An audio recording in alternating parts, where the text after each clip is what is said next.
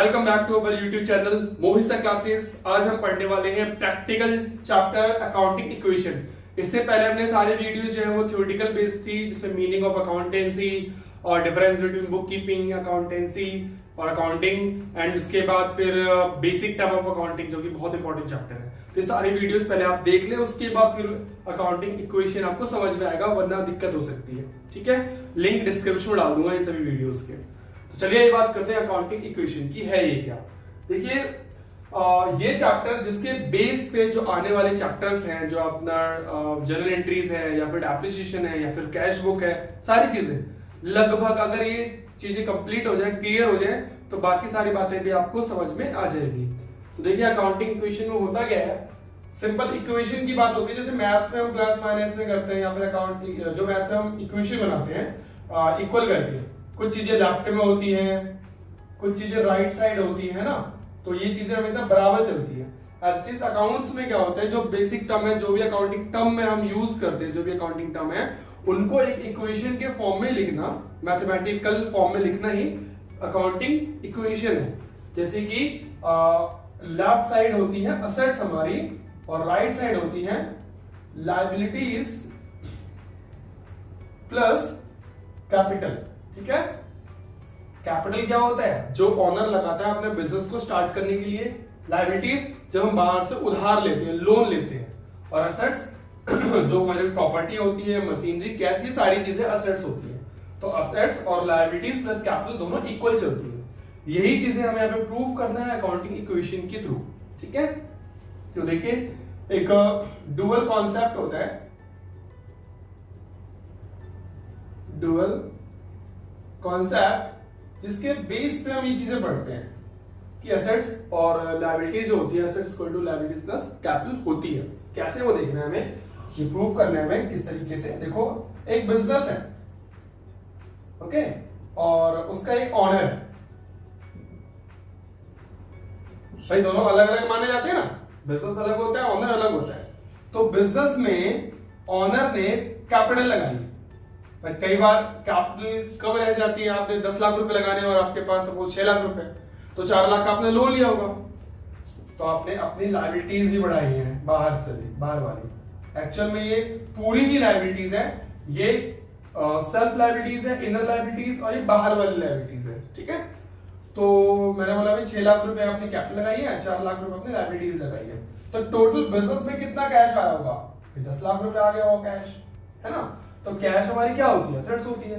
तो अगर असेट्स में देखा जाए तो असेट्स की वैल्यू कितनी आ गई है, 10 लाख। बाहर से आपने कितने का लोन लिया, 4 लाख, और कैपिटल कितना लगाया, 6 लाख। तो ये चीजें क्या चलेगी हमेशा, देखो 10 लाख और इधर भी कितना होगा, 10 लाख। ये तो सिर्फ एक ट्रांजेक्शन है। और अब स्टार्ट, जैसे बिजनेस स्टार्ट कर दिया, अब बिजनेस स्टार्ट कर दिया, ये कैश हमारे पास आ गया, सिर्फ कैश से थोड़ी बिजनेस कर सकते हैं। सपोज हमें एक शर्ट बनाना है, तो शर्ट बनाने के लिए हमें कपड़ा लाना पड़ेगा, यानी कच्चा माल खरीदोगे, मशीनरी खरीदोगे, है ना। तो इस कैश को तो तोड़ोगे। तो सपोज आपके पास जो 10 लाख का जो हमारे पास कैश है, तो 5 लाख की आप मशीन लेकर के आ गए और 2 लाख का रॉ मटेरियल। तो इस कैश को कैसे ब्रेक करोगे भाई, 5 लाख रुपए की मशीनरी, 2 लाख का रॉ मटेरियल, तो अभी भी आपके पास 3 लाख रुपए पड़ा है, और इधर 4 लाख और 6 लाख, कितना हुआ 10, और कितना हुआ 10, बराबर चलेगा। ठीक है, अभी तो आपको बराबर दिख रहा है। हो सकता है कि हमने जो उधार माल खरीदा है 2 लाख रुपए का, ये जो स्टॉक है हमारे पास, जो माल खरीदा है 2 लाख रुपए को और माल खरीद दिया, बट इधर मैंने कैश में नहीं खरीदा, उधार खरीदा है, तो फिर माल तो हमारा बढ़ा नहीं बढ़ा, मशीनरी सेम रहेगी, कैश सेम रहा, तो कैश गया ही नहीं, हमने किसी को कैश दिया ही नहीं, उधार माल खरीदा है। जब उधार माल खरीदा है तो एक तरीके से लायबिलिटीज का बढ़ना तय है। भाई उधार खरीदा है तो उधार में क्या होता है, हमारे क्रेडिटर्स बढ़ते हैं, ठीक है, जो कि लायबिलिटीज होती है, जिनको पैसा देना है। तो पहले 4 लाख रुपए दे रहे थे, अभी हमें 2 लाख रुपए की बस, हमने जो रॉ मटेरियल खरीद दिया तो वो 2 लाख रुपए और देंगे, तो कुल मिला के ये कितना हो गया, 6 लाख। और आपकी कैपिटल कितनी चल रही थी, 6 लाख। टोटल कितना, 12, 4, 3, 7, 7 और 5, 12। तो ये एवरी ट्रांजेक्शन के बाद जब भी आप चेक करोगे तो उसका रिजल्ट जो होगा वो इक्वल होगा। ठीक है, डुअल कॉन्सेप्ट हमें यही कहता है कि जो भी ट्रांजेक्शंस आप लोगे उसका इफेक्ट 2 बारी पड़ेगा, 2 जगह पड़ेगा। हो सकता है असेट्स में एक पड़े और दूसरा लायबिलिटीज में, हो सकता है दोनों ही असेट्स में पड़े, हो सकता है दोनों ही लायबिलिटीज में पड़े, लेकिन कम से कम दो पढ़ने हैं, ठीक है। तो ये जो डुअल कॉन्सेप्ट है, यही अकाउंटिंग इक्वेशन जो है वो हमें यही बात सिखाता है कि असेट्स जो होती है वो हमेशा इक्वल होती है लायबिलिटीज और कैपिटल के, ठीक है। और इसी की मदद से देखो एक बैलेंस शीट होती है, जिन बच्चों के लिए न्यू टर्म में बता दूं कि बैलेंस शीट क्या है कि स्टेटमेंट है, एक स्टेटमेंट यानी जो कंपनी होती है जिसकी फाइनेंशियल पोजीशन कि कंपनी अच्छा परफॉर्मेंस दे रही है बुरा परफॉर्मेंस दे रही है का पता लगाया जाता है बैलेंस शीट से। जैसे कि आपका रिपोर्ट कार्ड होता है, उस रिपोर्ट कार्ड से आप अपने जो स्टूडेंट्स होते हैं अपने बारे में पता लगा सकते हैं भाई कितना वीक हूं, कहां वीक हूं, ऐसी बैलेंस शीट है। तो बैलेंस शीट में ये जो असेट्स होती है ना, जो असेट्स होती है वो डेबिट साइड यानी राइट साइड होती है, और लायबिलिटीज प्लस कैपिटल वो होती है लेफ्ट साइड।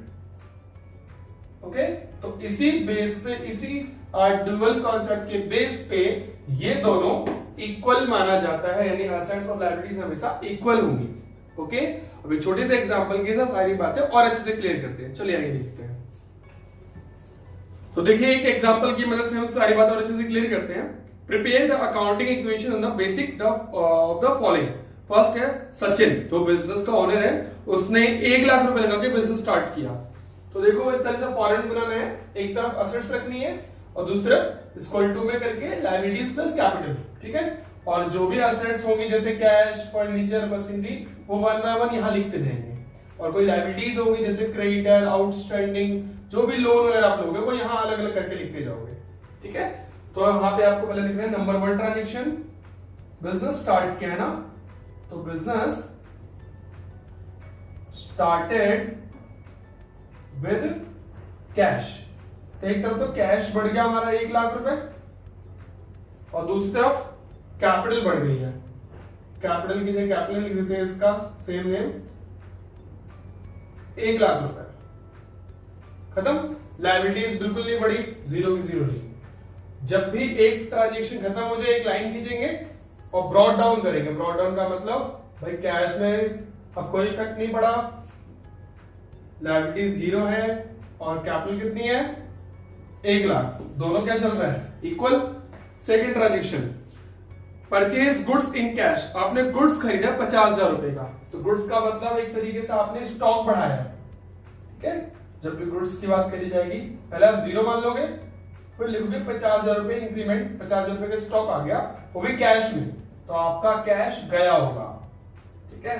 तो लिखोगे परचेज गुड्स और कैश। तो कैश कितना बचा 50,000, स्टॉक कितने का आया 50, लायबिलिटीज पे कोई फर्क नहीं पड़ा, कैपिटल पे कोई फर्क नहीं पड़ा, 1 lakh 1 lakh, total equal. Third transaction है, आपने गुड्स परचेज किया इस बार भी, बट फर्नीचर परचेज किया, गुड्स नहीं परचेज किया, फर्नीचर 20,000 रुपए की। तो फर्नीचर हमारे असेट्स है, एक नई असेट्स जनरेट हो रही है 20,000 रुपए, पहले 0 मारोगे, वो भी अब 20,000 रुपए परचेज किया आपने, वो भी कैश में, सॉरी कैश नहीं लिखा हुआ तो नकद उधार मान लेंगे, आपने उधार खरीदा है, तो लायबिलिटीज बढ़ गई। तो उस लायबिलिटीज का नाम क्या होगा क्रेडिटर्स। हमने 20,000 रुपए की खरीदारी कर ली है, पैसे चुकाने, तो लायबिलिटीज बढ़ा ली। अब आप देखो परचेज फर्नीचर, तो कैश तो सेम रहा, कैश में कोई फर्क नहीं पड़ा क्योंकि आपने कैश नहीं दिया, स्टॉक भी सेम रहा, कोई फर्क नहीं पड़ा, फर्नीचर 20,000 है, लायबिलिटीज 20 बढ़ चुकी है और capital same 1 lakh. Total liabilities में कितना 1 20, 50 50 और 20, 1 लाख 20 इक्वल है। नेक्स्ट, आपने 25,000 का माल 35 में बेच दिया, 25 का माल 35 में बेच दिया, माल 25 का चला गया ना, तो 25,000 के जो स्टॉक है वो कम हो जाएंगे, ठीक है।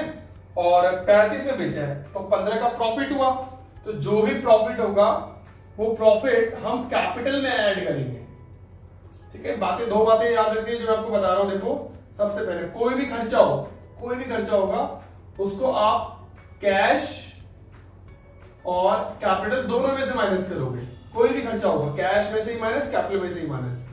सेकंड, कोई इनकम होगी तो उसको आप कैश और कैपिटल में ऐड करोगे, ठीक है।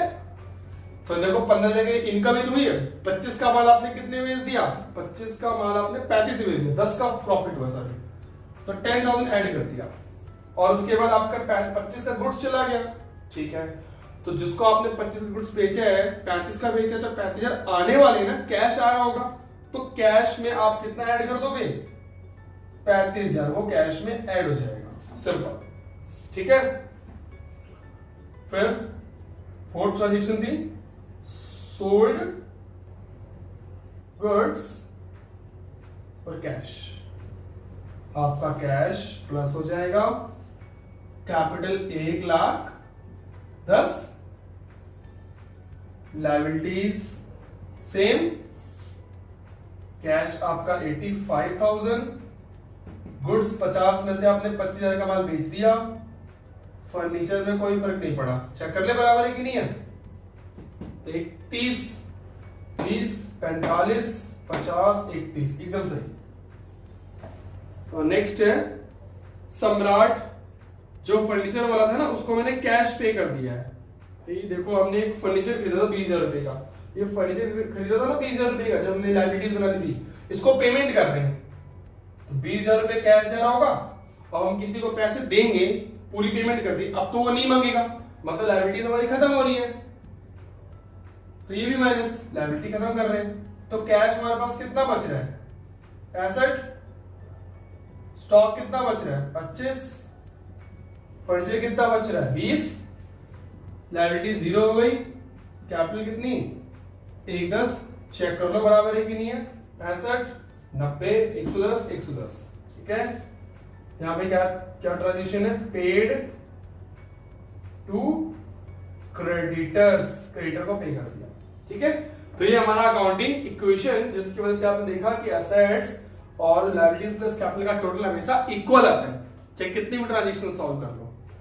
कई बार इफेक्ट से इधर पड़ा, कई बार इफेक्ट से इधर पड़ा, और कई बार दोनों तरफ इफेक्ट पड़ेगा, एटलीस्ट 2 इफेक्ट जरूर पड़ना है, ठीक है। और यहाँ पे आप बैलेंस शीट भी बना सकते हो, यहाँ पे देखिए बैलेंस शीट हम बनाते हैं।